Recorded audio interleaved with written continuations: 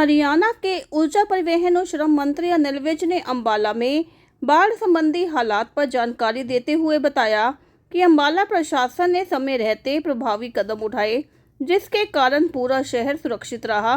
केवल कुछ घर जो तटबंध के भीतर बने थे वे प्रभावित हुए।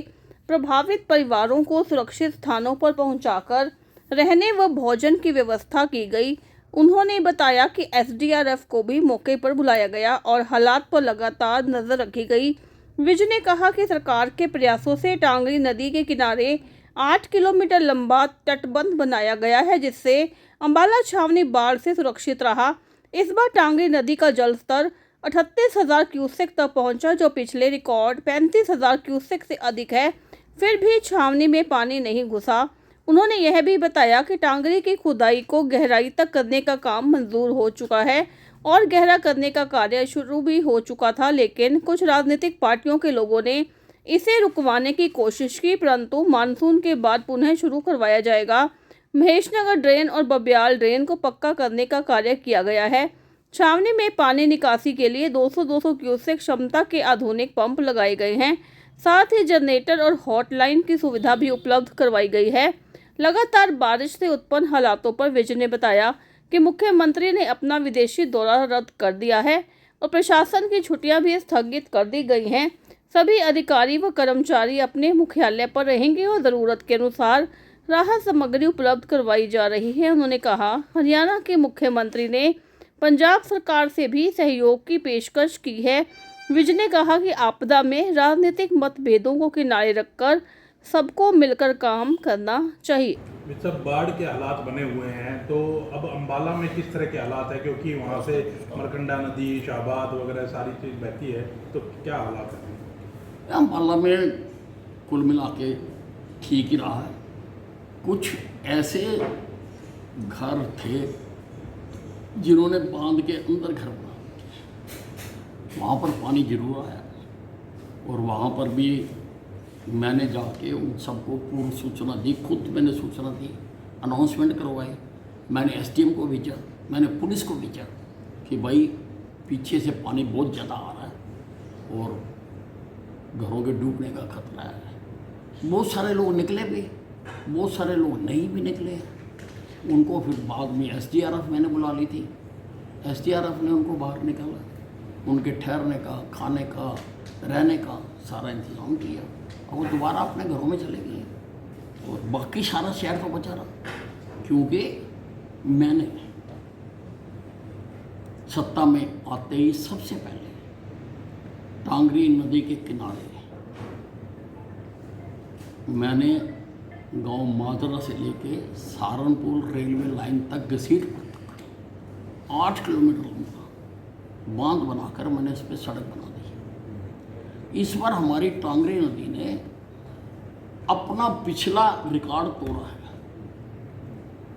इसका पुराना सारा रिकॉर्ड 35,000 क्यूसेक का है। इस बार 38,000 क्यूसेक पानी आया, लेकिन शहर में नहीं हुआ। हमने आने दिया, शहर में नहीं आया। इसके अतिरिक्त मैंने 2 साल मेहनत करके टांगरी को गहरा करने का मंजूर कराया और ग्रीन ट्रिब्यूनल तक केस किया और एनएच और प्रदेश सरकार के बीच में एक एमओयू हुआ। उसके तहत 6 फुट तक उनको टांगरी गहरी करने का अधिकार मिला। उन्होंने काम शुरू किया ही था, बीच में कुछ लोगों ने व्यवधान डाल दिया कि हम खोदने नहीं देंगे। इस कारण से वो डिले हो गया। नहीं तो अगर वो अपना काम पूरा कर लेते हैं तो शायद अंदर जो टांगरी के अंदर घर बना रखा है वो भी डूबने से बच जाते। लेकिन कुछ राजनीतिक पार्टियों के लोगों ने जाके वो खुदाई रुकवा दी। लगभग 1 महीना खराब हो गया। तो अब फिर बरसातें आ गई। बरसातों में तो खुदाई का काम हो नहीं सकता, लेकिन अब बरसातों के बाद हम वो खुदाई कराएंगे और उसके बाद मुझे लगता है कि अंबाला में बाढ़ नहीं आएगी। वैसे भी मैंने अंबाला में बाढ़ को रोकने के लिए काफ़ी काम किया। इसके 2 नाले हैं, महेशनगर ड्रेन है, गुड़गुड़िया नाला है, जो कच्चे थे मैंने वो कंक्रीट के बनवा दिए।